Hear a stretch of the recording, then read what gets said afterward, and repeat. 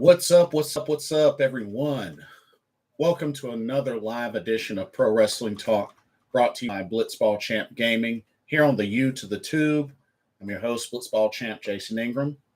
Hope everybody's been having a good weekend so far, and hopefully an overall good week.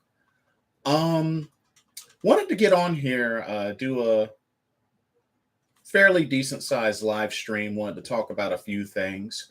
Got a lot coming up this weekend as far as pro wrestling. We have SummerSlam, WWE SummerSlam on Saturday. We have the start of the Stardom 5-Star Grand Prix this weekend as well. Of course, still continuing the New Japan Pro Wrestling G1 Climax 32 tournament, as well as the Tokyo Joshi Pro Wrestling quarterfinals for the Tokyo Princess Cup. So that's Sunday. So we got all that to look forward to. And we got some new championships created, announced to look forward to for the future, and a set of championships that are making a comeback as well. So we got a good bit to talk about. I'll try not to be before you too long because I need to get some rest. I've been attending a con this weekend ever since Thursday, so I've been quite busy, but I wanted to still try to make some room to fit in pro wrestling talk session. But yeah. So want to start off with Stardom, and like as I mentioned, starting tomorrow is the 5-Star Grand Prix. So definitely looking forward to that. They're doing the first 2 days on pay-per-view. And one of the special matches that they're going to have is Kairi. Kairi's going to be wrestling. She's going to be teaming up with Nene Takahashi to take on the team of Saya Kamatani and Lady C. So that should be really good. It's good to see Kairi back in action, as well as Nene Takahashi as well, who's pretty much a legend. And it'll be interesting to see how Saya Kamatani and Lady C do against these 2 Joshi greats. So that'll actually be on night 1 of the 5-Star Grand Prix. So got a lot to look forward to. And then just to do a quick rundown of the matches for night 1 to start off the 5-Star Grand Prix. Let's see. We're going to have red block matches as well as blue block matches. So red block, blue block. So the red stars and the blue stars. So looking at night 1, let's check out these matchups.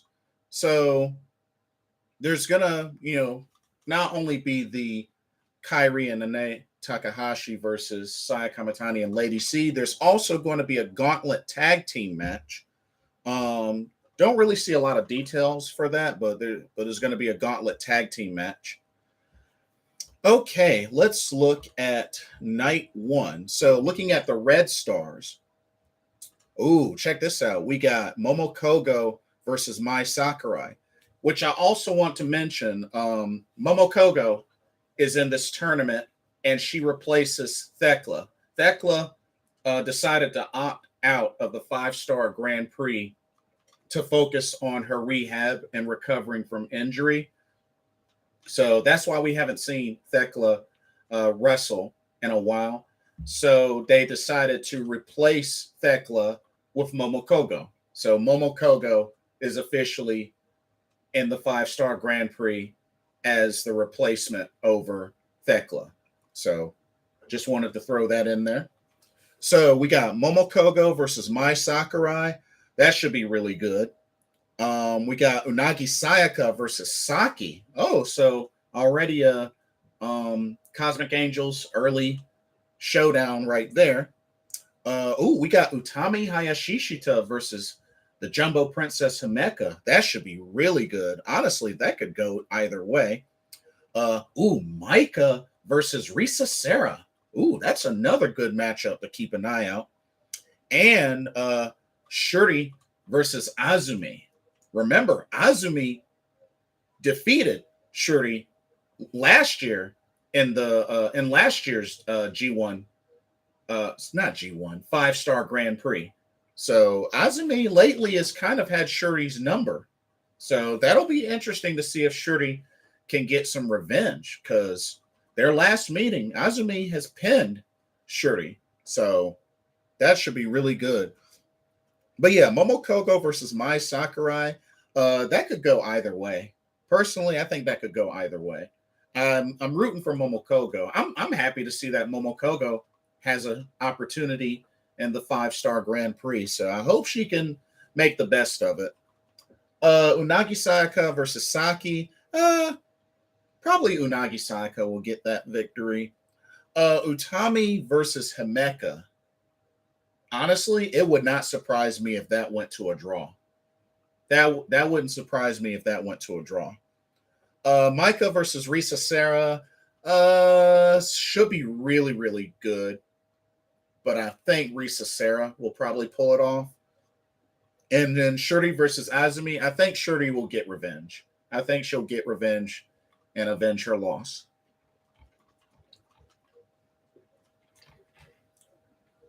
And then looking at the Blue Stars block for night 1, let's see. We got Starlight Kid versus Suzu Suzuki. Ooh, man. Ooh. That's going to be interesting. That's going to be really interesting.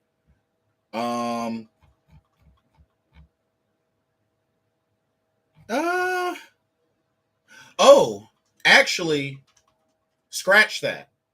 I just saw an update. So apparently, Suzu Suzuki will actually miss this weekend's 5-star Grand Prix events due to poor physical condition. Oh man. So if that's the case, then I assume that means Starlight Kid will get a bye. Will pretty much get a free victory over Suzu Suzuki. Man, the injury bug has been really, really crazy this summer, y'all. Just a lot of injuries going around. Just it's been tough. It's been really tough. Wow. I would have loved to have seen Starlight Kid versus Suzu Suzuki, but she won't be able to wrestle this weekend. So I take it Starlight Kid will automatically get the points. Will get a bye and get the points via forfeit. Via forfeit. Let's see. We got Ami Sourei versus Saya Ida. Ooh, that should be good. They were tag team partners at Stardom and Showcase Volume 1, but they lost. Probably Ami Sourei will get that victory. We got Mayu Iwatani versus Mirai.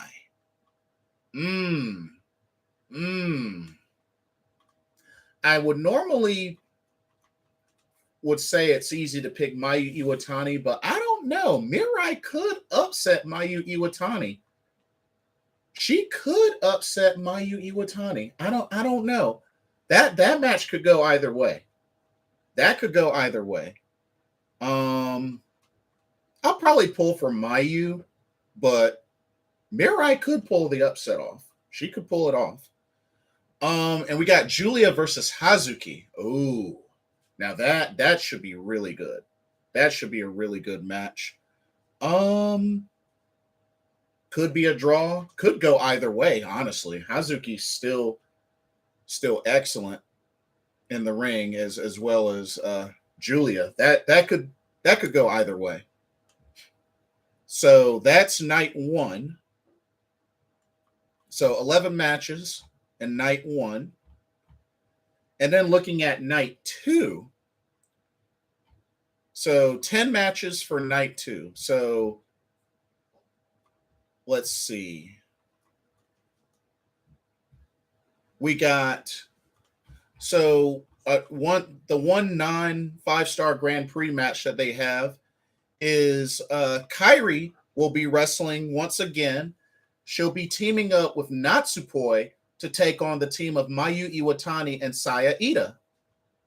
Also on night 2, and would be and also have the Gauntlet tag team match as well. So wow, 2 Gauntlet tag team matches this weekend, and Kairi is wrestling twice. So hey, I love it. I love it. And you got to remember, Kairi and Natsupoi, they go way back, So that's pretty cool to see those 2 team up. And like I said, going up against Mayu and Saya Ida, that should be really good. Definitely looking forward to that.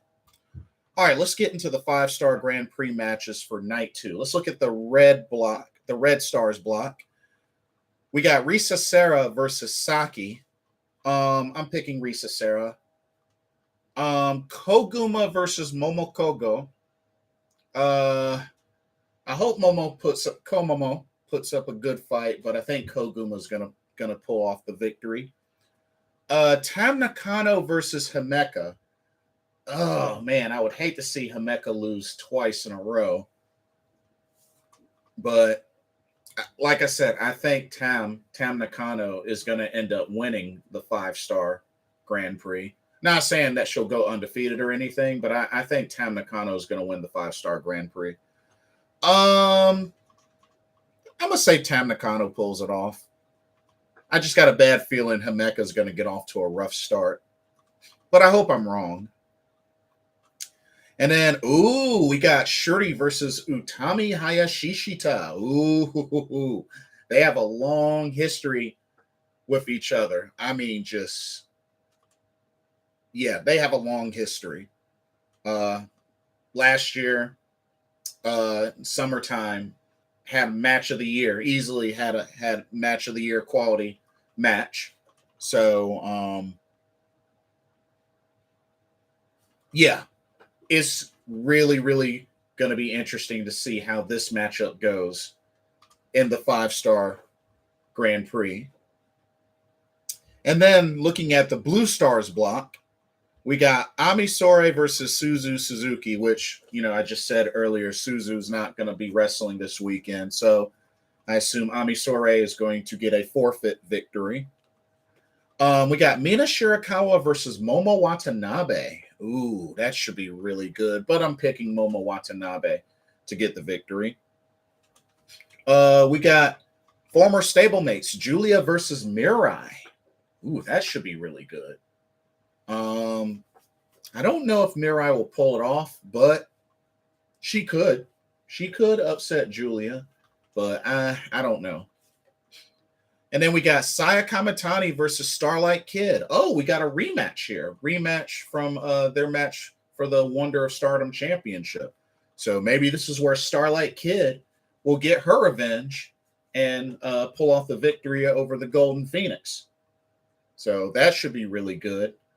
But yeah, wow, these first 2 nights of 5-star Grand Prix matches are looking really solid. Like I said, it's just unfortunate that Suzu Suzuki won't be able to compete due to poor physical condition. But at least she's not out of the 5-star Grand Prix. So at least there's that. But yeah, both are on pay-per-view. Will be on pay-per-view. So definitely looking forward to checking those out when I get around to them. Okay, next up, some very, very interesting but exciting news via New Japan Pro Wrestling and Stardom. Ladies and gentlemen, there will be an IWGP Women's Championship. It is official. There will be an IWGP Women's Championship. And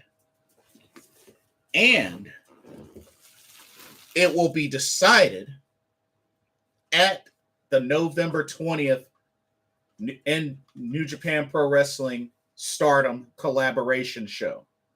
That's right. That is when they will crown the inaugural IWGP Women's Champion. That's crazy. That's crazy. Like, that shocked the mess out of me. So, and like I said, this news is on the We Are Stardom Twitter page, so definitely check that out. But yeah, IWGP Women's Championship is coming, ladies and gentlemen. Here's the thing. So this title has been made for title defenses not only in Japan, but also in the U.S. on NJPW events, appealing to the world with the rich IWGP history.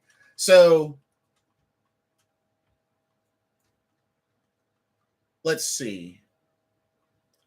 They also noted that this is not going to overtake the World of Stardom Championship and the Wonder of Stardom Championships. Those two titles are still going to be the main titles of Stardom. And here's the thing. There's a couple of things that they noted with this IWGP Women's Championship.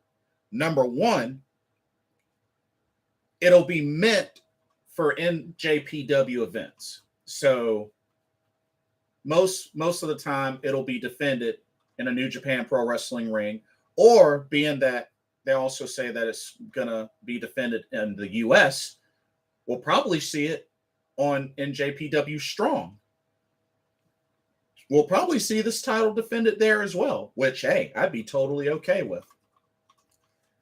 The second thing is that they said that it's possible that it could be defended on big Stardom events. And what I think they mean by big Stardom events, Stardom pay-per-views. Know what I mean? So it's looking like this IWGP Women's Championship could be defended on NJPW events in Japan and in the US, and on Stardom pay-per-views. Or at least that's what I'm assuming that they mean by big Stardom shows, or the pay-per-views. So I think that's pretty awesome. I think that's awesome. You know, I've seen a lot of folks talk about, well, you know, when is there going to be a women's division in New Japan Pro Wrestling and such? Well, maybe this is what ends up leading to it. And that's another thing that it makes me think about. And one of my friends in one of the Discords that I'm in made a good point. Does this mean that this is eventually going to lead to the creation of a women's division in New Japan Pro Wrestling? Or, like, you know what I mean? Like, it's interesting. It's interesting if that's something that they would consider. Because like they said, this is expected to be showcased in a New Japan Pro Wrestling ring the most compared to Stardom, because it's an IWGP championship. But it can also be defended sometimes in a Stardom ring on the big Stardom shows. So it'll be really interesting to see how they do that. And like I said, with them saying that it can be defended in the US and US NJPW shows, I assume that means any pay-per-views they do here in the US, as well as NJPW Strong events. So I look forward to it. But yeah, they're going to crown the inaugural IWGP Women's Championship at the NJPW Stardom collaboration show. So who would y'all like to be the first IWGP Women's Champion? I was thinking personally, maybe Utami Hayashi. I know some of the folks in the Discord that I'm in, one said Kairi, another even said Jungle Kiona. One said Julia. You know, those are not bad choices. I would say Utami Hayashishita to get her back into the title picture of some sort. But you got a lot of names you could throw in there that could represent and be the first IWGP Women's Champion. I think that's cool. I think that's really cool. So I definitely look forward, November 20th. That's going to be an exciting show. But yeah, New Japan Pro Wrestling, Stardom, they have created an IWGP Women's Championship. And I can't wait to see the belt. Whenever they show off the belt, I can't wait to see the design. I'm looking forward to it. This is exciting, y'all. Very, very exciting. Let's see. So that's it for Stardom.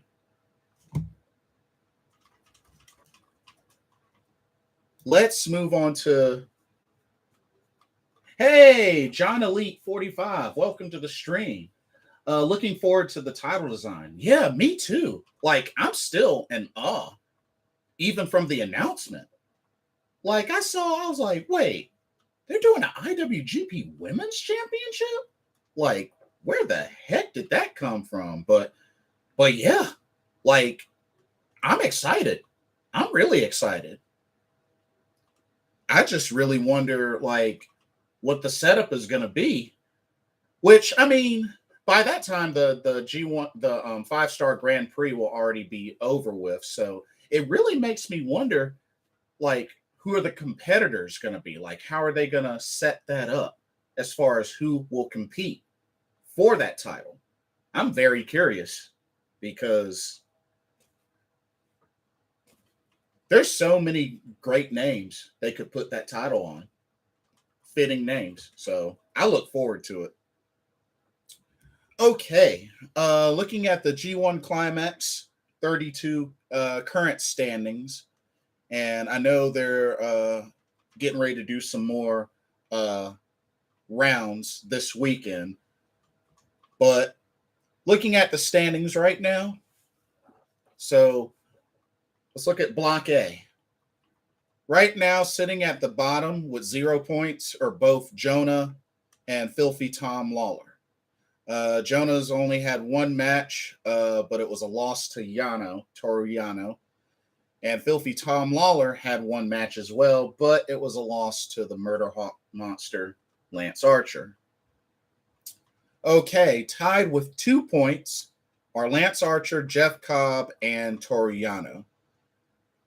So Toru Yano right now has had only one win. He's 1 win and 2 losses. He defeated Jonah, but has lost to Bad Luck Fale and Kazuchika Okada. Lance Archer, he is 1-1. He's defeated Filthy Tom Lawler, but lost to Bad Luck Fale. And then Jeff Cobb, let's see, he has defeated Bad Luck Fale, but lost to Kazuchika Okada. And then sitting at the top of Block A, tied with 4 points, are both Bad Luck Fale and Kazuchika Okada. So Bad Luck Fale right now is 2-1. He has defeated Toru Yano and Lance Archer, but has lost to Jeff Cobb. And then Kazuchika Okada right now is 2-0 with wins over Toru Yano and Jeff Cobb. So that's the A block. Let's take a look at the B block. So for the B block, the only one sitting at the bottom with 0 points is the Great Okan. He has a loss to Chase Owens, which I'm still very shocked at that one. And then we have a 5-way tie with 2 points. 5-way tie with 2 points. Tomohiro Ishii, Chase Owens, Sonata, Tamatanga, and Taichi. So let's take a look at this. Chase Owens, he's 1-1. He has a victory over the Great Okan, but a loss to Tama Tonga. Sanada, he has a victory over Taichi, but a loss to Switchblade Jay White. Tomohiro Ishii, he has one win over Jeff Cobb, but two losses, one to Taichi and one to Switchblade Jay White. Tama Tonga's 1-1. He has a victory over Chase Owens, but he lost to Tomohiro Ishii. And then Taichi is 1-1. He has a victory over Tomohiro Ishii, but a loss to Sanada. And then sitting at the top with 4 points, currently undefeated, Switchblade Jay White. He is 2-0 with victories over Sanada and Tomohiro Ishii. Alrighty, looking at Block C. So at the bottom, oh man, this is sad. Tied with 0 points at the bottom are Kenta and Tetsuya Naito. Very, very bad start for Tetsuya Naito. He is 0-2 with losses to Hiroki Goto and Hiroshi Tanahashi. Just Naito off to a really, really rough start in the G1. And then Kenta also off to a rough start, who's also 0-2 with losses to Zack Sabre Jr. and Evil. Dang, those are two names I did not expect to see at the bottom. That's crazy. I mean, I know it's not over yet, but still, that's crazy. Yeah, John Elite, that's real bad. Like, Naito? 0-2? I mean, no shade against Hiroki Goto. I love Hiroki Goto. But dang, I would have thought he would have beat Tanahashi, but geez. And then Kenta, well, I mean, Kenta had to deal with Evil or the House of Torture, and you know they always cheat. So, but dang. Rough start for Kenta and Naito. Okay. And then three-way tie in the Block C for 2 points is Aaron Hanare, Hiroshi Tanahashi, and Evil. So let's look at Evil. Evil's only had one match so far, but it was the victory over Kenta. Hiroshi Tanahashi is 1-1 with a victory over Naito, and he lost to Aaron Hanare. That was another shocker.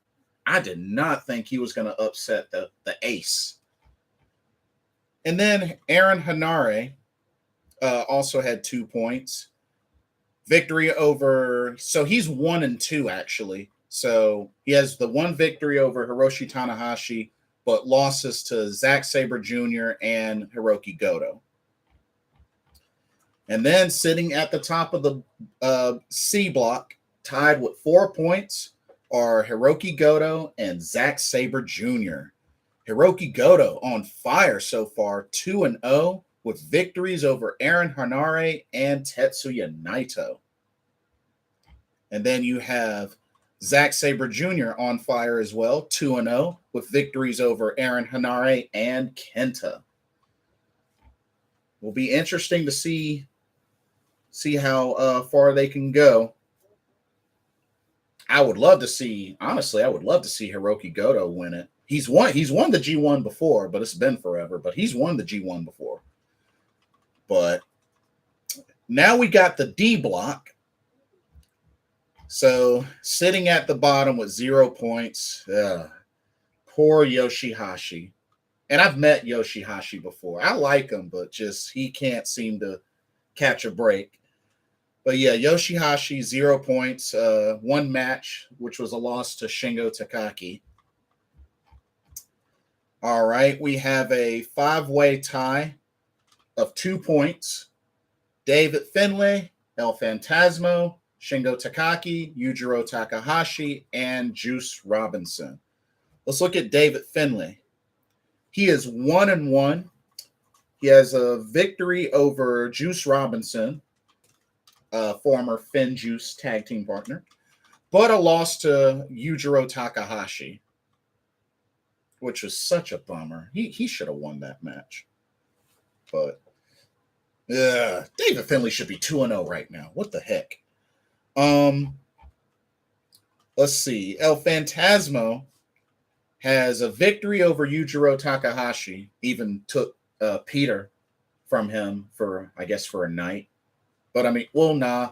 Now that you think about it, Yujiro kind of like sold her off to El Phantasmo. He just had to let him pin him, which, that didn't happen. But he's got a victory over Yujiro Takahashi, but a loss to Will Ospreay.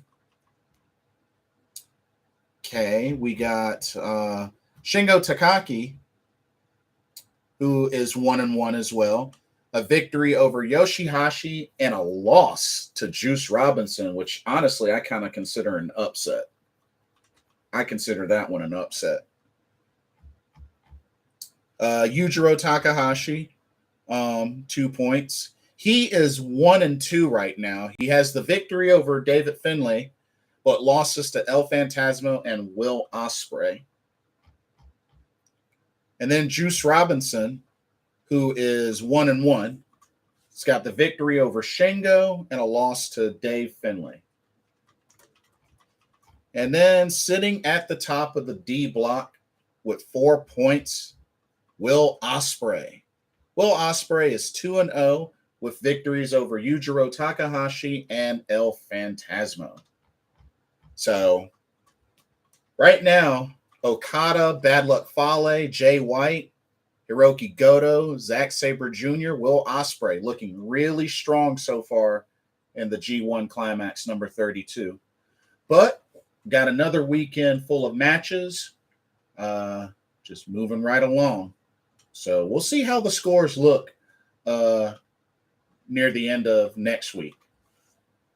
Still got plenty of matches left. But that is the current status of the G1 Climax 32.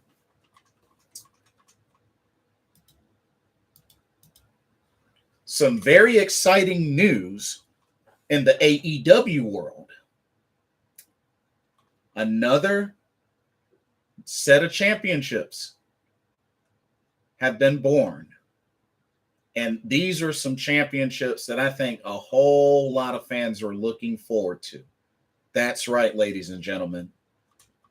The AEW World Trios Championships will arrive. And as a matter of fact, there will be a tournament for these trios titles, and the finals will be held in September at All Out. September 4th, to be specific. So it wasn't that long ago that AEW debuted the All Atlantic Championship, which, Pac won. He's the inaugural champion, and he's been defending the title recently. But I know so many folks are very excited. I'm very excited. We're finally getting AEW Trios Championships. This is so amazing. Yeah, John Elite, the Trios titles look gorgeous. Yes, they do. And I cannot wait for this tournament. I can't wait till they start announcing teams for this tournament. I assume the House of Black will be one of them. Hopefully, I think Buddy Matthews should hopefully be good to go for this tournament. I'm hoping, but you gotta have House of Black. That's a must. That is a must. I'm hoping we get Kenny Omega with the Young Bucks.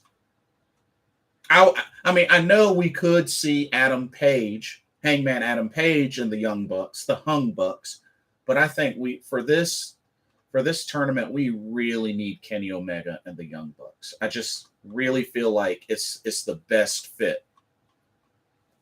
I would assume Red Dragon and Adam Cole would be another.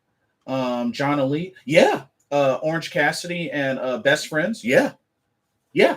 I would dig that. I would definitely dig that. Um, but yeah, I'm trying to figure out if there are other trios.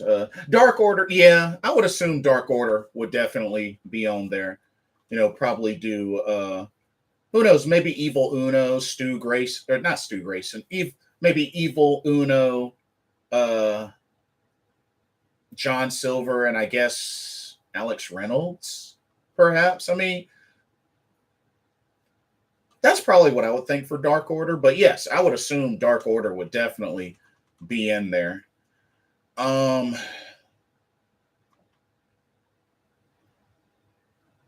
at one point I was thinking maybe members of the Blackpool Combat Club, but honestly, they got single, with the exception of Brian Danielson, they got singles titles. So probably not the Blackpool Combat Club. That'd probably be too much firepower. Um, but I mean, heck, that's a decent handful of trios teams right there. I'm sure some other they could probably fit in one or two, but got a lot of potential there. A lot of potential. And like I said, I know a lot of folks were excited about this. So definitely looking forward to this tournament and to All Out, where they crown the inaugural AEW World Trios Champions. Like, that is going to be so cool.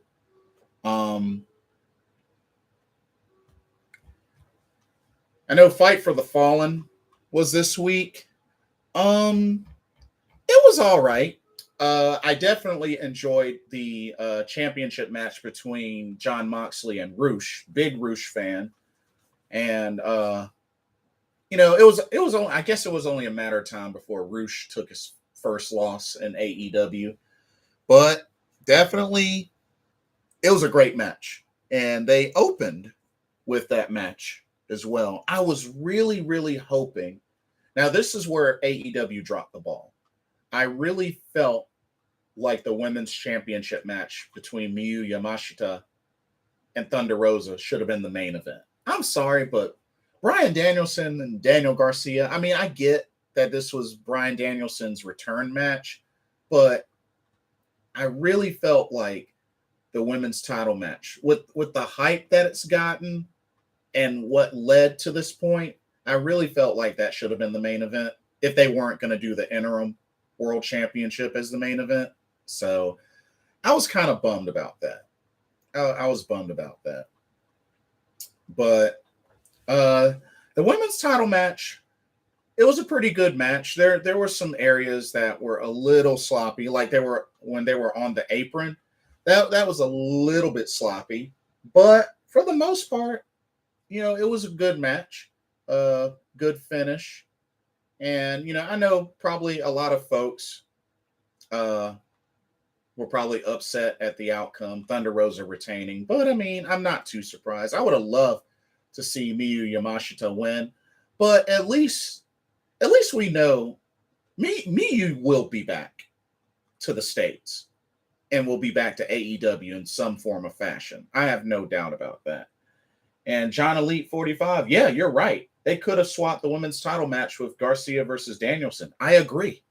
That really should have been the main event. I really felt like that should have been the main event. And then we saw the crowning of a new FTW champion. So, Absolute Ricky Starks squashed Danhausen, but decided, oh, I'm not done yet. I want another match. I want to give somebody another opportunity. And what did they do? They send Hook. And Hook ended up dethroning Absolute Ricky Starks to become the new FTW champion. Did it in very impressive fashion, still undefeated.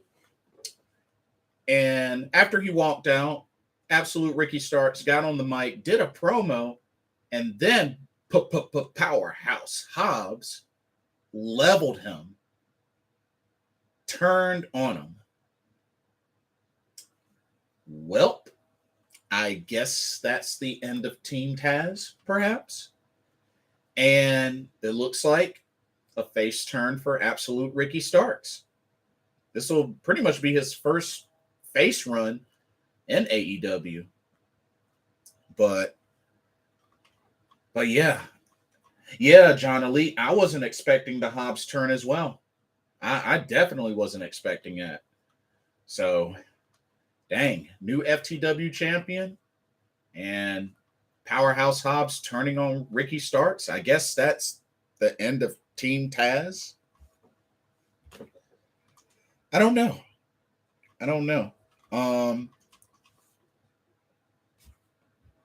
We had a moment. We had a segment with Jungle Boy getting on the mic. Had Luchasaurus at his side as well, pretty much calling out Christian Cage. But you know something? I still think Luchasaurus is going to turn on Jungle Boy. Because you have to think about it like this. You know, when I look back at last week, it's not like Luchasaurus tried to help Jungle Boy catch Christian Cage. He just moved out of his way and let him through to him. So I still have this feeling that Luchasaurus is going to turn on Jungle Boy. It might not be anytime soon or immediately, but I have that feeling. I have that feeling he's still going to turn on Jungle Boy. But we'll see. It's been a very interesting story so far. Very interesting. Speaking of interesting, so Swerve won the handicap match against Smart Mark Sterling and Tony Nese. Keith Lee was banned from ringside, but Keith Lee got flattened backstage by Josh the Goods Woods. Wow. So looks like Tony Nese found himself a tag team partner.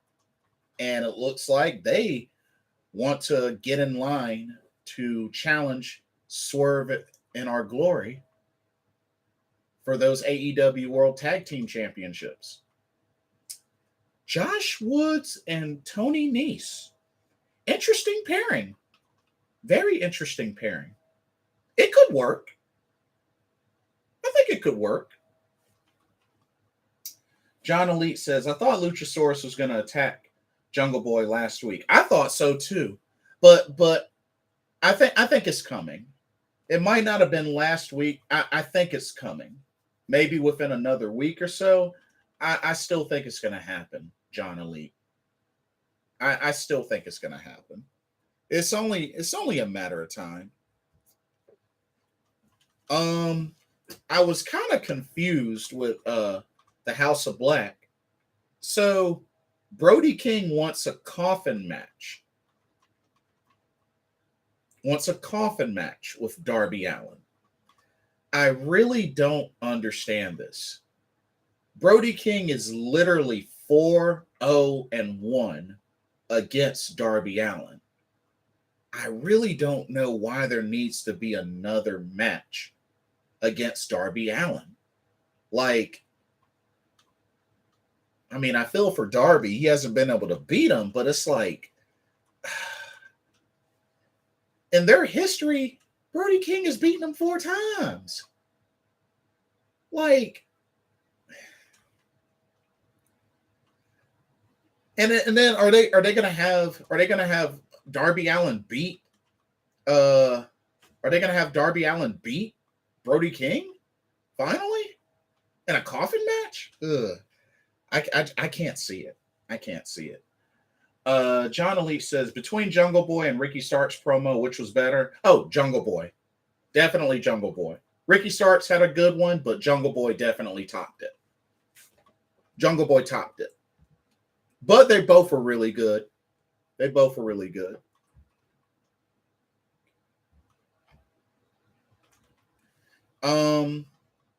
And like I said before, the match between Thunder Rosa and Miyu Yamashita was really good. Showed respect to each other after the match.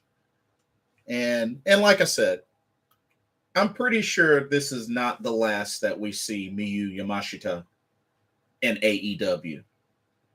You know, it might be a bit, because remember, she has to return back to Japan and continue the Tokyo Princess Cup, because she's still in that tournament. She's in the quarterfinals.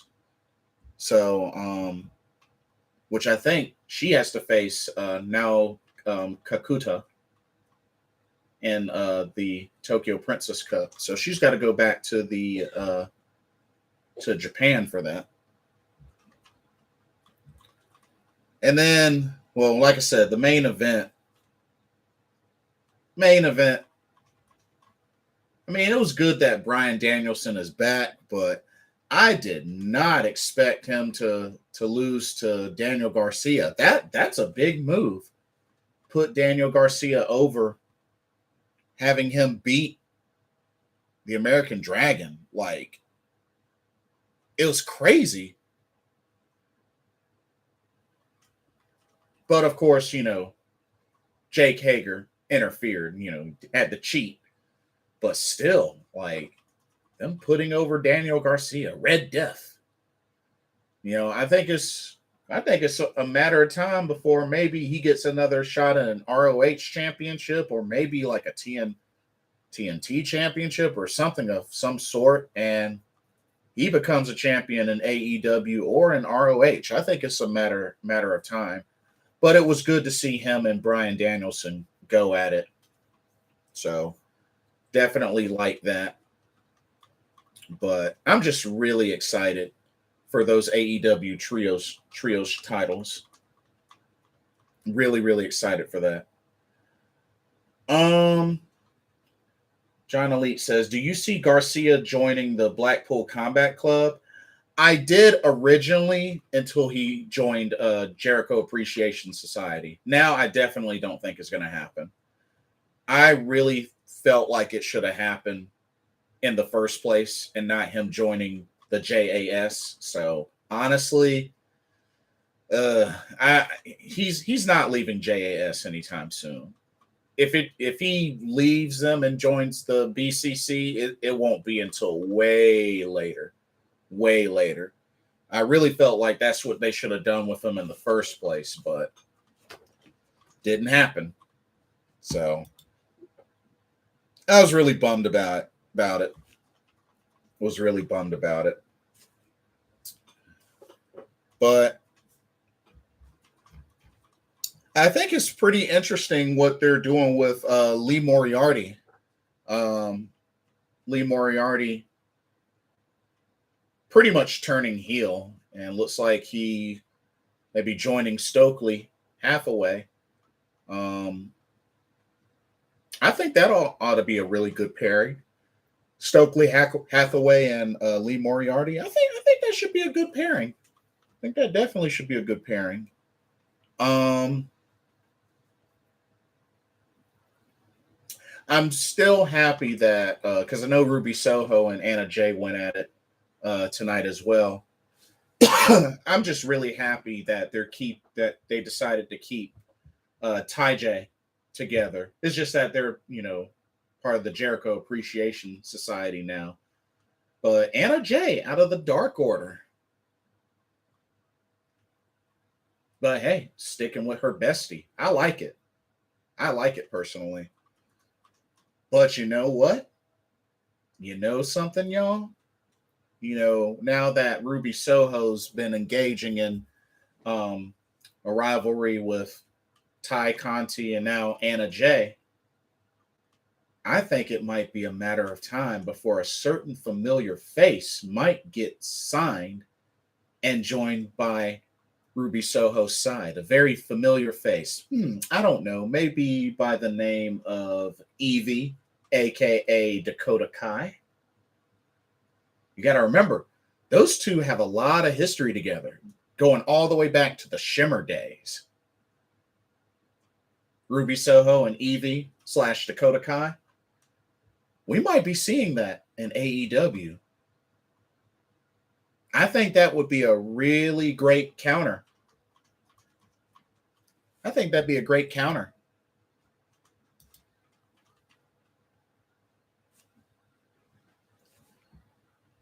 Ruby Soho, Evie, they already have a lot of history as a tag team back in the Shimmer days. So I look forward to it. I really, really do. I look forward to it.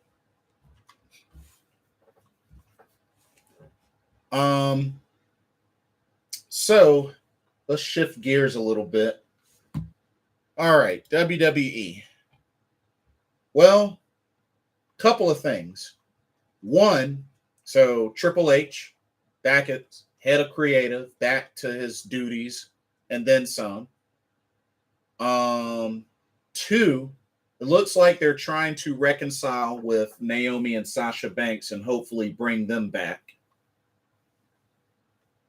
And three, looks like they're bringing back the NXT Women's Tag Team Championships, and new champions will be crowned in a fatal four-way. And they just announced the 4 teams. The 4 teams are Toxic Attractions, which is, Gigi Dolan, JC Jane. You have Valentina Feroz and Luisa Leon. We have Ivy Nile and Tatum Paxley. And we have Katana Chance and Caden Carter. And I'm going to tell you right now, if Caden Carter and Katana Chance don't win this fatal four-way, they will never become NXT Women's Tag Team Champions. And they might as well just push them up to the main roster. There's no way you put this team that's been together for 2 years, you give them yet another opportunity, and you don't put the titles on them, and they don't win this match, then there's no point in keeping them here. There's no point. You might as well go ahead and move them up to the main roster. Those ladies deserve a tag team title run. They have been long overdue, so I hope they really push them and book them to win. They really better do that, because that's ridiculous. Katana Chance and Caden Carter have been a tag team for 2 years. Like, make it happen. Make it happen. Yeah, John Elite agreed. Highly agree with you. He says WWE will drop the ball if they don't put the titles on Chance and Carter. Facts. And honestly, they should have been done that.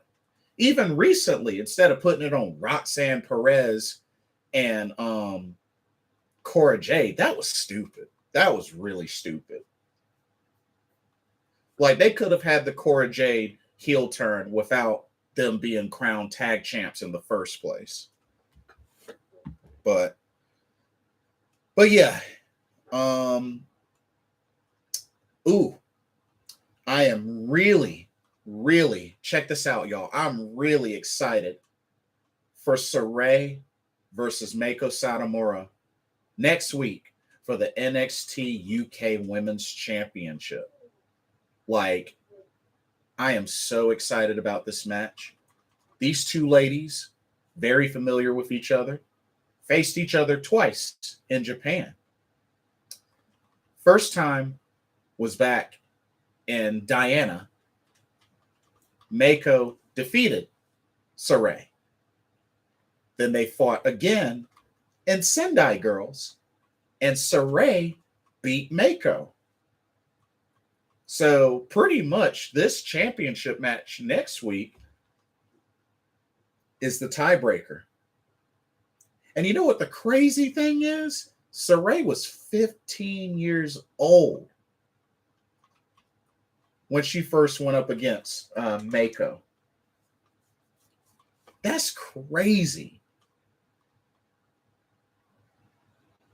So I am looking so forward. That's like the one NXT UK match I'm looking so forward to next week. And it's crazy too because she's also going to be facing Mandy Rose. You know, she had a segment backstage. She wants an opportunity with Mandy Rose. So, hey, happy to see Saray get some time. But I am so looking forward to Meiko Satomura versus Saray for the NXT Women's Championship. Or the NXT UK Women's Championship. I'm looking so forward to that match. And I hope those two ladies get plenty of time. And honestly, I hope they get the main event. Two well-known Joshi stars going at it in an NXT UK ring. I can't wait. I cannot wait for that match. I'm excited about that match. And they announced NXT Heatwave. So it looks like we're going to get Braun Breaker versus JD McDonough for that show. But we know for sure we are getting Mandy Rose. She will defend the NXT Women's Championship against Zoe Stark. And I really, really hope that some way, somehow, Zoe Stark dethrones Mandy Rose. I'm getting so sick and tired of her title run. It's like she barely wrestles unless it's a title match. So just, I'm a fan of fighting champions and champions that get showcased consistently between title and non-title matches. But that's just me. But I would love to see Zoe Stark dethrone Mandy Rose. I would really love to see that. But we'll see what happens. Okay, and then Rey Mysterio. I wanted to talk about this as well. Rey Mysterio had his 20th anniversary celebration. 20 years with the WWE. Wow. And of course, he's been wrestling for like 35, 40 years. But wow. Hey, Andrew Gutierrez. I hope I said your name correctly. Welcome to the stream. I know I'm in the minority, but I don't really care for Zoe Stark. Actually, you're not alone. There's actually a handful of folks that aren't too big on Zoe Stark. So trust me, you're not alone in that. There's a good handful of folks that don't really dig Zoe Stark. Me personally, I like her overall moveset and her overall look. You know, some may say that she might end up being a, future Charlotte. I mean, I hope not. I mean, I want her to be unique in her own way. But, I like her ring, her moveset. I like her overall look. Andrew says she's a fine wrestler, but she just doesn't have any character. Yeah, like nothing that really like stands out specifically. Maybe somewhat generic, which I mean, I guess I don't mind. I mean, I get what you're saying. I definitely get what you're saying, but I guess I definitely do get what you're saying, though. But like I said, I think a good handful of folks actually, feel the same way you do. So not surprised. Had an interesting tag title run with Io Shirai, which, she's a big fan of the Joshi wrestlers. So I'm just really happy that she really got a chance to showcase, teaming up with Io Shirai, facing Io Shirai, teaming up and facing Saray as well. So, but yeah, I mean, that's really all I can say about Zoe Stark. But But nah, you got a fair argument. You definitely got a fair argument. But yeah, Rey Mysterio. Wow. Like, I've gotten the honor and the privilege of meeting Rey Mysterio. It was at Raleigh SuperCon a couple of years ago before it became GalaxyCon. And I went, not only did I meet him, got a picture with him, but I also went to his Q&A panel. And I tell you, like, I know this is bold, but I feel like you can't have Lucha Libre, the idea of it, without mentioning Rey Mysterio. Like, a true pioneer of Lucha Libre. And just so well accomplished. WCW, WWE, you know, the stints that he's had in Mexico, Japan, like a world-class Lucha Libre talent, the pioneer, and just Rey Mysterio. That's why I felt like it was very fitting for the showcase for WWE 2K22 for Rey Mysterio. And you know, I don't know how many years he has left, but honestly, he looks like he's in the kind of shape where he could probably go another five or so years. But I do hope that at some point he'll be able to retire, you know, without being forced to retire. But man, that's going to be a magical day when he decides to retire, when he gets inducted into the Hall of Fame. Like, Rey Mysterio is just that guy. I mean, multiple time was a world champion, tag team champion, won the Royal Rumble. Like, what can't he do? You know what I mean? Like, he slayed giants, you know, Intercontinental champion, like, you know, Triple Crown champion, Grand Slam champion. Like, it's crazy. I mean, and even in WCW, like the cruiserweight title runs, like, Andrew says, I grew up idolizing Rey. He was a hero for us Mexicans. I had Rey everything back then. Oh, yeah? Hey, I don't blame you. I don't blame you. John Elite says, I hope Rey doesn't have to retire from injuries. Same. Yeah, I hope that he'll be able to retire, you know, on his own and not be forced to retire due to injuries and whatnot. But I mean, so many rivalries. I mean, Rey Mysterio and Ultimo Dragon, Rey Mysterio and Eddie Guerrero, Rey Mysterio and Tajiri. I mean, so many rivalries. Like, you know, even like Juventud Guerrera, like so many of the luchadors that he's faced and WCW has paired up with, even the stint he had in Lucha Underground, like, you know, Billy Kidman, like, you know, part of the Filthy Animals, like, man, Conan, like, man, Rey Mysterio has, like, what hasn't he done? I mean, won a Royal Rumble. He won the Royal Rumble. Like, man, that's probably like the accomplishment that stands out the most to me in his career. Dom should induct his father into the Hall of Fame. Yeah, I'd be down. I'd totally be down with that. Andrew says, still hope we get a Rey versus Dominic feud before he retires. I think it's going to happen.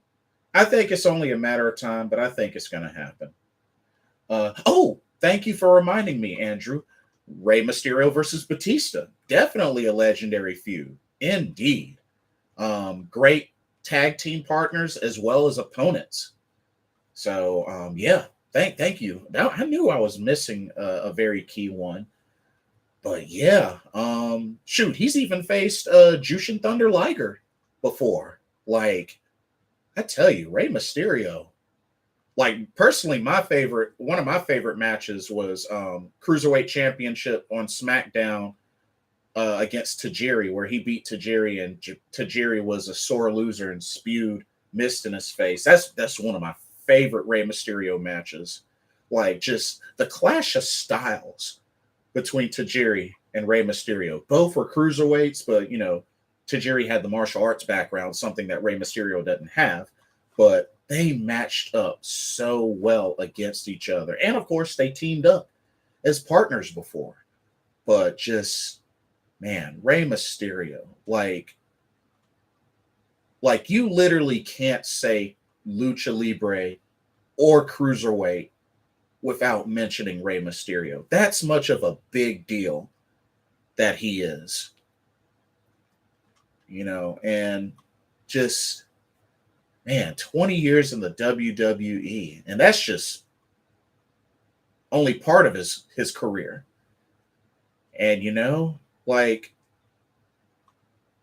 what's funny?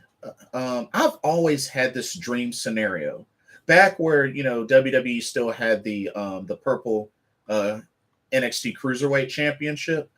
Like, I had this dream where, like, whoever was the champion, after a couple of defenses, after a couple of good defenses, would just be like, I'm the greatest cruiserweight of all time. Or like if Neville was still there, the king of the cruiserweights, and just talk all that smack, boast about himself. And you just cue Booyaka Booyaka 619 and Rey Mysterio comes down. You can't call yourself the king of the cruiserweights because you've never beaten me. I would have loved to have seen that. I would have loved to have seen Kushida versus Rey Mysterio when Kushida was still here. Like, oh man, it would have been so cool. Andrew says, was Rey in the WWE when Pac was? Technically, no, but that's why, I stress that it would have been so cool if he was, because I would have pulled up that as a feud. We could have had that feud with Santos Escobar. That would have been great. Oh, for sure. Oh, good point. Good point. I'm glad he got a chance to face Grand Metalik. I thought that was very cool that he got a chance to face Grand Metalik. That was a great match, too. John Elite says, it sucks the Cruiserweight title's gone. Yeah. Good old Cruiserweight Championship. Good old 205 Live. Man, there was a time where 205 Live was so good. I would have loved to have seen another Cruiserweight Classic as well. But, I mean, with Vince McMahon out, and see, that's another thing, y'all.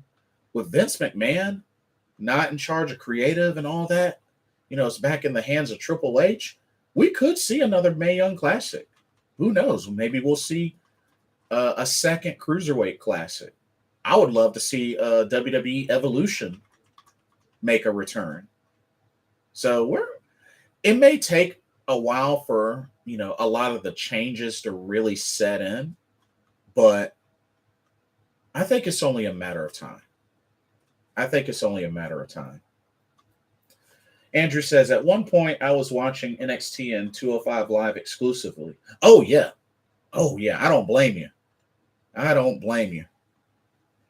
Because they were fire, especially Black and Gold NXT. And you had 205 Live? Shoot, those were great times. Really, really great times. But it was such an honor and a privilege to meet Rey Mysterio. And like I said, I agree. It'd be nice to see one last feud, him and Dominic, and kind of a way of passing the torch to Dominic. But yeah, like, I really wish and hope the best for the rest of Rey Mysterio's career. He's got a beautiful family, very beautiful family. And, you know, when the time comes and he decides to retire, I tell you, that's going to be an emotional day when Rey Mysterio retires. And you best believe he's definitely a Hall of Famer, instantly a Hall of Famer. One of the, if not the greatest Lucha Libre, Luchador, one of the greatest cruiserweights. Like, man, makes me want to go back and watch some old WCW Lucha Libre action. Andrew says, I would love if we had another Mae Young Classic and Cruiserweight Classic if they partner with all promotions on it. Yeah, that would be really, really cool. I mean, the Cruiserweight Classic was fire. And, you know, they did 2 Mae Young Classics, so that was really cool. But I really loved the talent that was showcased in those tournaments, for sure. I mean, just a lot of well-known names, a lot of up-and-coming, familiar indie names as well. Like, I really like the balance of talent that they utilized in these tournaments. So I'm with you, bro. I'm with you there, bro. I really wish and hope that they'll bring these back. For reals. John Elite says, would Lucha Libre even exist if there was no Rey Mysterio? Doubt it. Doubt it. Like, that's how much he means to Lucha Libre. That's how much he means to the cruiserweight division. And the fact that he could still go and is in good shape, like I said, there's no telling when Rey Mysterio will retire, especially if he stays healthy. Shoot, he could go. Let me see how old he is. Let me actually see how old he is. Rey Mysterio, 47 years old. Shoot, he could probably go until he's 50. I wouldn't doubt it. I mean, shoot, the Great Muta, he's getting ready to retire, and he turns 60 in December. So, hey, I think Rey Mysterio could probably go until he's 50. Shoot. Andrew says, definitely wouldn't be very popular in the U.S. if it wasn't for Rey. Facts. Facts.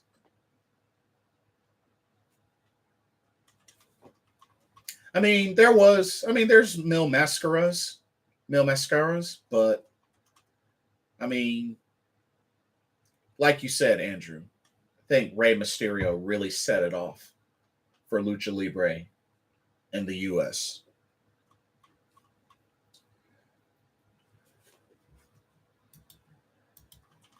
Okay, to finish this off, I want to give my predictions for SummerSlam. SummerSlam, which takes place Saturday evening. Let's see. We have 1, 2, 3, 4, 5, 6, 7, 8 matches. We got 8 matches. First off, we have a no disqualification tag team match. Finn Balor and Damian Priest of Judgment Day versus the Mysterios, Rey and Dominic. This is tough. I guess this was added like last minute or something like that.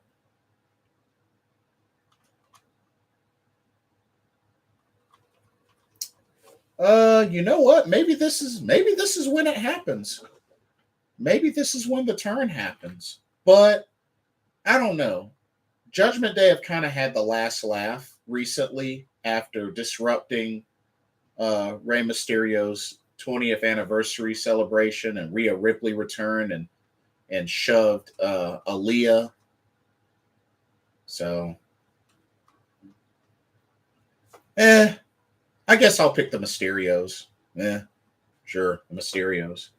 John Elite says, not gonna lie, none of the matches are getting me excited for SummerSlam. Oh, me too. Me too. I mean, looking at the card, like the only matches that really intrigue me, John Elite, are Pat McAfee versus Happy Corbin, mainly just because of Pat McAfee. And we're not getting Riddle versus Seth Rollins because Riddle's injured. You know, that was one that I was excited about, but we're not getting that because he's injured, which I guess maybe Mysterio's versus Judgment Day was the replacement match since we're not getting Seth versus Riddle.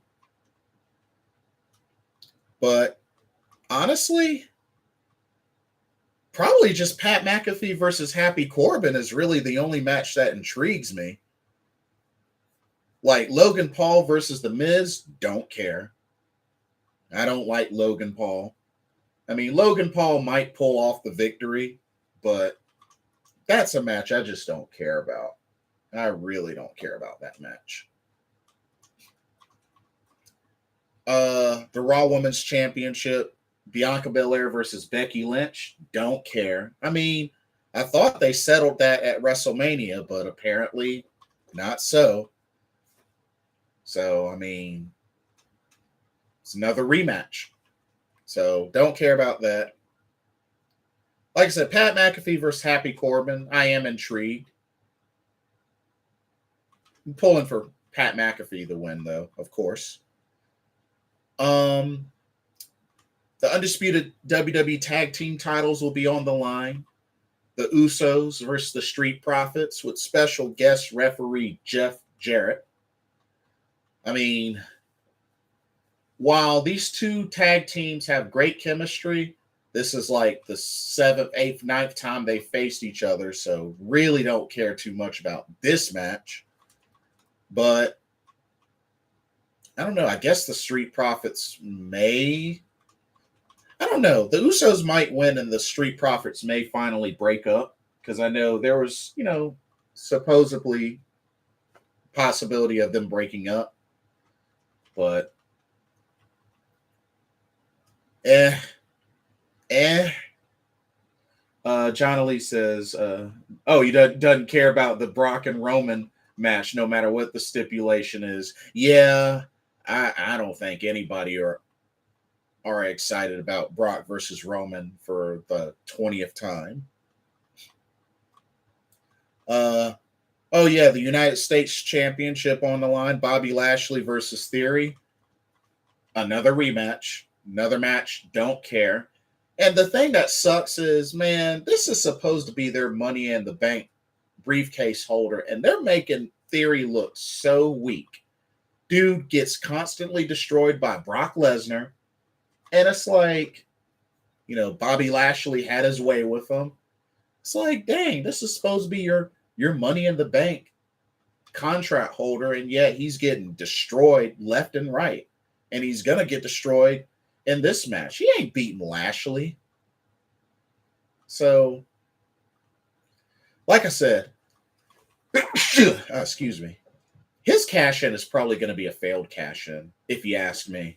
I think it's going to be a failed cash-in. But who knows? He might cash in the main event.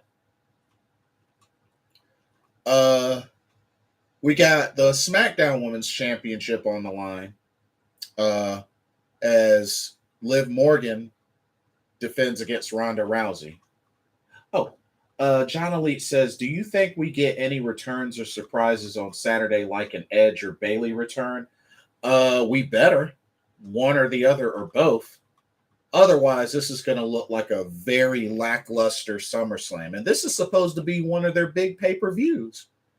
SummerSlam is supposed to be one of their big 4 or big 5 now, because apparently, I guess Money in the Bank is a big deal. But this is supposed to be one of their big ones. So they better do something like that, which word is Bayley's supposed to be there. So I'm thinking one, the other, or both should make a surprise. Liv Morgan versus Ronda Rousey. What's conflicting to me about this is, to keep it real, I cannot picture Liv Morgan beating Ronda Rousey clean without some sort of cheating, some sort of interference. Like, I really wonder how they're going to make it believable of Liv Morgan defeating Ronda Rousey clean. I don't know how they're going to do it. I don't know how they're going to do it. But Liv Morgan will probably retain, but I'm expecting some sort of interference or whatnot. I'll be very shocked if Liv Morgan beats Ronda Rousey clean. I'll be so shocked. But we'll see. And then, of course, the main event's a last man standing match, the WWE Undisputed Universal Championship. Roman Reigns versus Brock Lesnar. I don't care. But part of me wants Brock Lesnar to win because I'm just sick and tired of the belts being on Roman Reigns. He's had those belts long enough. He's had that undefeated streak long enough. So, I mean, shoot, give it to Brock Lesnar, sure, but I don't care about this match. Like, we're getting Brock versus Roman like the 20th time. I don't care about this match at all.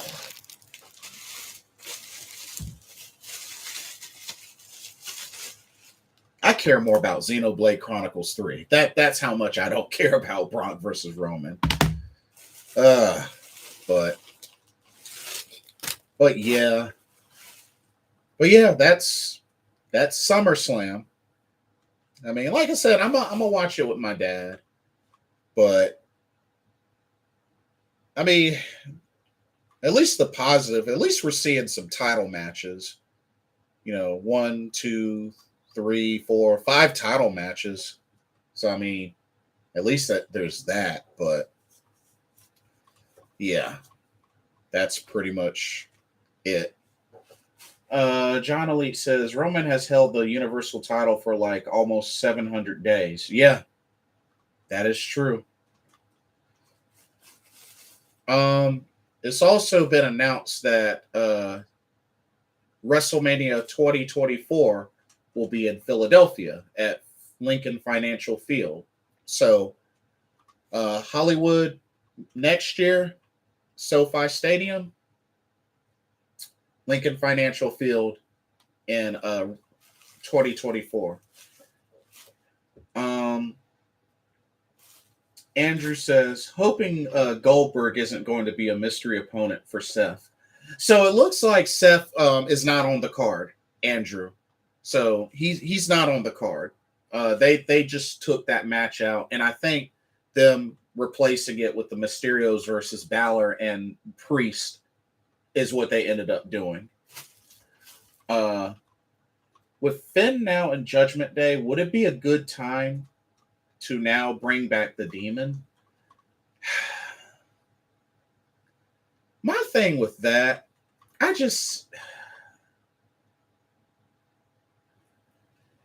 don't know. Like, I don't really know how I feel about Finn Balor with Judgment Day. I think it's kind of a weird fit. I really do. I think it's a really weird fit.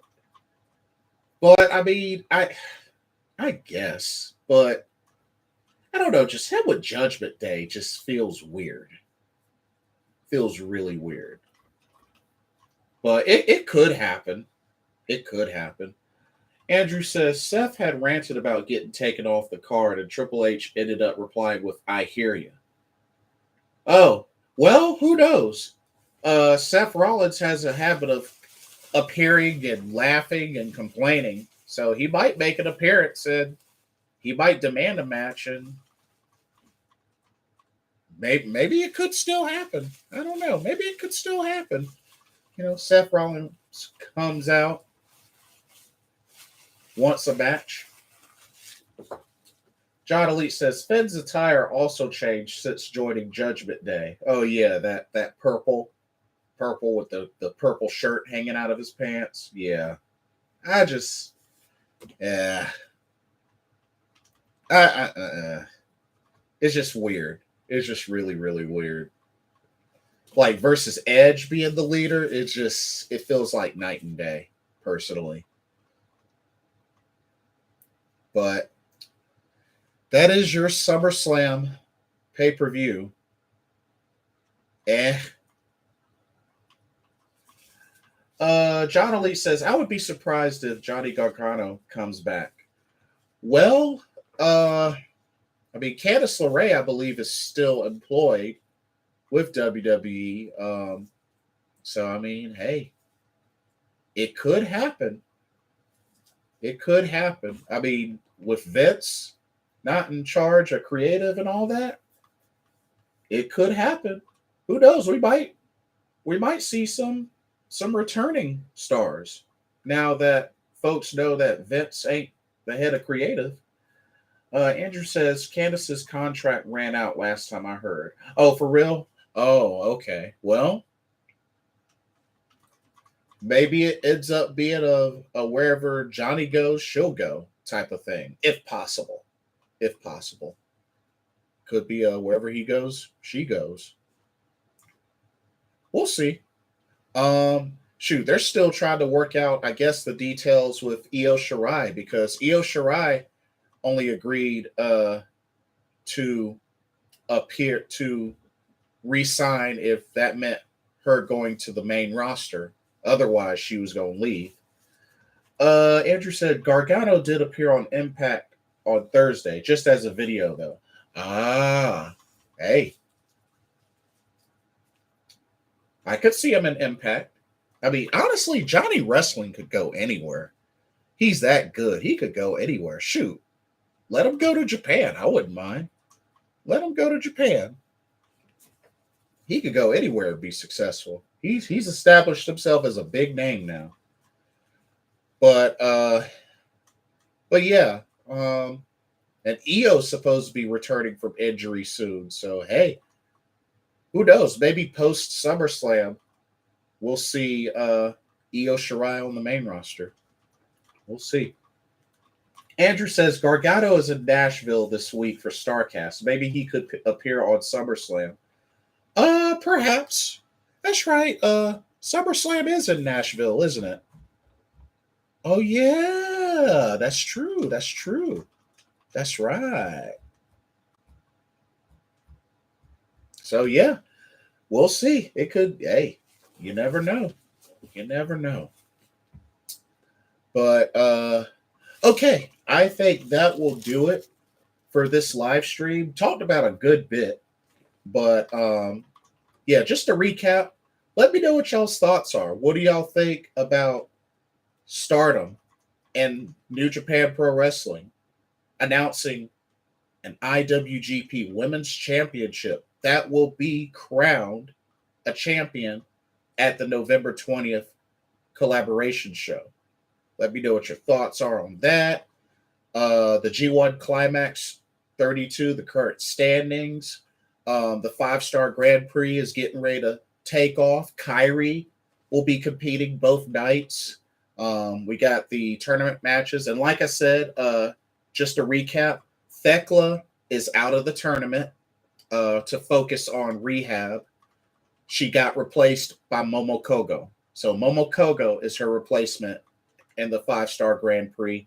And Suzu Suzuki won't be in this weekend's matches, but she's still in the 5-star Grand Prix. She just won't be in this weekend's matches. So just keep that in mind. AEW, we got trios championships on the way. Champions will be determined. The finals of a tournament at All Out. They're going to do a tournament, and the finals is at All Out. We got SummerSlam as well. Let me know what you think about the card with SummerSlam. Let me know what your thoughts are. And yeah, it's going to be quite a big weekend for pro wrestling. So hope y'all are buckled up and ready for it. But don't forget to like, comment, subscribe, and hit that notification bell while you're at it, and share the stream as well. And thank y'all so much for coming through. Thank y'all for chatting it up with me. This was a blast. I always love hearing from y'all and hearing y'all share with me as much as I share with y'all. So keep that up. But and you too, Andrew, you have a good night as well. Thank you. Thank you for coming through. It's good to see you. Thank you for coming through. Always welcome. But anyway, y'all, I need to get me some rest. So thank you so much for watching for another Pro Wrestling Talk brought to you by Blitzball Champ Gaming here on the U to the Tube. I am your host, Jason Ingram. Hope everybody has a blessed weekend. Enjoy all the pro wrestling. John Elite, you take care as well. And I will see y'all very soon in the next video. I'm going to do a recap video for SummerSlam as well. So do keep an eye out for that. But yeah, enjoy all the wrestling and the festivities this weekend. And I will see y'all in the next video. God bless. Love y'all. Peace.